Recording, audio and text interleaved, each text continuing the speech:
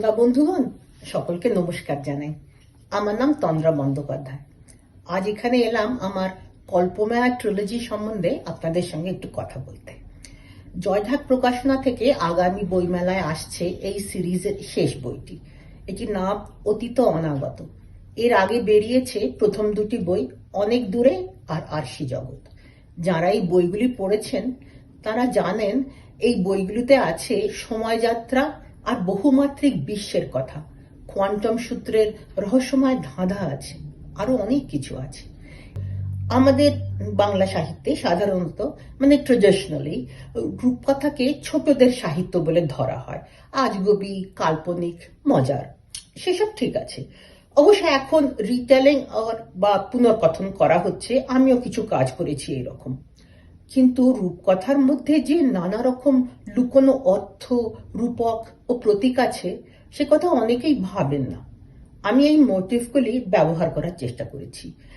শুধু রাজা রানী রাজকন্যা নয়, কথা বলতে পারা সচেতন জীবজন্তু, গাছপালা, পক্ষীরাজ, একশৃঙ্গি, মায়াফল, পাশাবতী, সাতভাই চম্পা নয়, সেই সঙ্গে নিয়েছি দেশি বিদেশি বিভিন্ন মিথসের উপাদান। স্ফিংস, মিশরের সেই রহস্যময়ী সিংহনারী, মোহিনী সাইরেনরা যারা দক্ষিণ সমুদ্রের জলে গান গায় কমলদ্বীপের আহ্বান জানিয়ে, লোটাস ল্যান্ড, ত্রিদেবী যারা নারী সত্তার তিন মুখ, কন্যা, মাতা ও জরতি, মেডন, মাদার অ্যান্ড ক্রাউন। আছেন নিয়তিরূপা মাতৃকাগণ, আরো অনেক কিছু আছে। আছেন সহৃদয় সত্যকালের আম্র বৃক্ষ, যার কথা ঠাকুমা ঝুলি সব পাঠকই জানেন।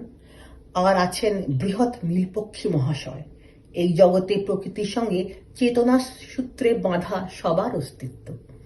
সে জগতের ইতিহাস, ভূগোল সবই অদ্ভুত। ঘটনাচক্রে সে জগতের রূপসী এক রাজকন্যা চন্দ্রমালার সঙ্গে সে আক্ষরিক অর্থেই নিয়তির সোনার জালে জড়িয়ে দেয়। মানুষ এখন বাস করে কৃত্রিম আচ্ছাদিতে রক্ষিত নগরীতে, জল বায়ু দূষিত। থেমে যাচ্ছে প্রকৃতির ঋতুচক্র, বাড়ছে মানসিক অস্থিরতা, ভেঙে গেছে সম্পর্কের বন্ধন, হারিয়ে যাচ্ছে স্বাভাবিক জীবনের আনন্দ। অরুণ চন্দ্রমালার এই কাহিনীর মধ্য দিয়ে আমি দেখাতে চেয়েছি, বিজ্ঞানের জয়যাত্রা যখন নিয়ন্ত্রণের বাইরে চলে যায়, তখন আমাদের জগতে কি ভয়াবহ বিপর্যয় নেমে আসতে পারে। এই কাহিনীর শেষ অংশে অরুণ ও চন্দ্রমালা সৃষ্টি বীজের অন্বেষণ করে। তারা সফল হবে কিনা জানতে গেলে আপনাদের শেষ অবধি পড়তে হবে এই ট্রিলজি। আশা করি সবাই ভালো থাকবেন। ধন্যবাদ ও নমস্কার।